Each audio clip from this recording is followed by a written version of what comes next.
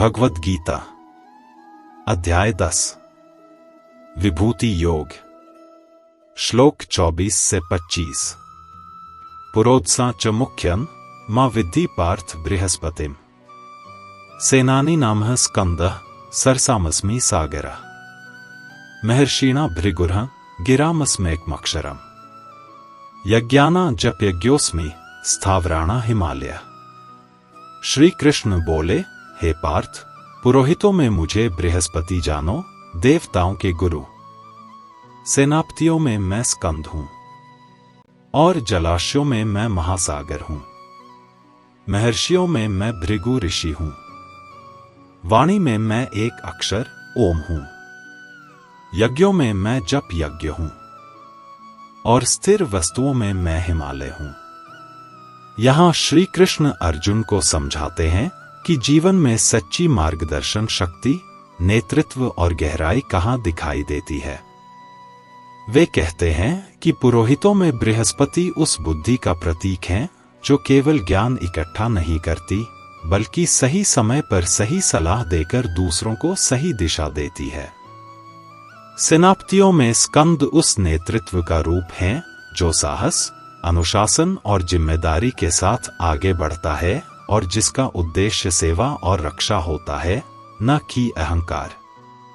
जलाशयों में महासागर को वे इसलिए चुनते हैं क्योंकि वह ऊपर से शांत दिखता है, लेकिन भीतर असीम गहराई और शक्ति को समेटे रहता है।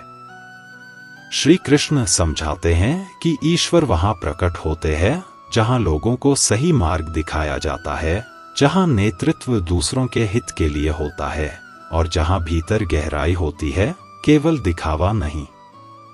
हर शक्ति शोर नहीं करती, कुछ शक्ति सिखाती है, कुछ शक्ति दिशा देती है और कुछ शक्ति चुपचाप सब कुछ अपने भीतर संभाल कर रखती है।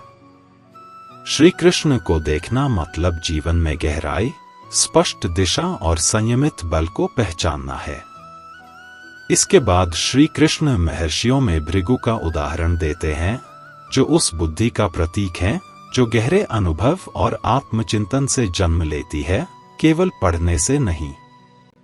वाणी में वे ओम को बताते हैं, एक छोटा और सरल अक्षर जिसमें पूरे अस्तित्व का भाव छिपा है।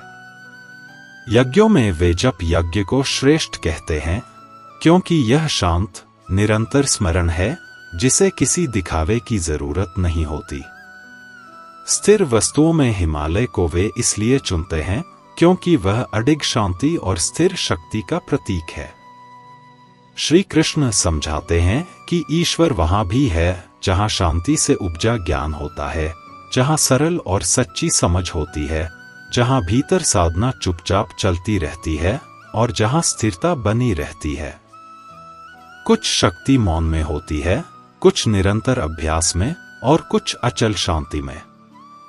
श्री कृष्ण को पहचानने का अर्थ है बाहरी दिखावे से अधिक भीतर की गहराई को महत्व देना।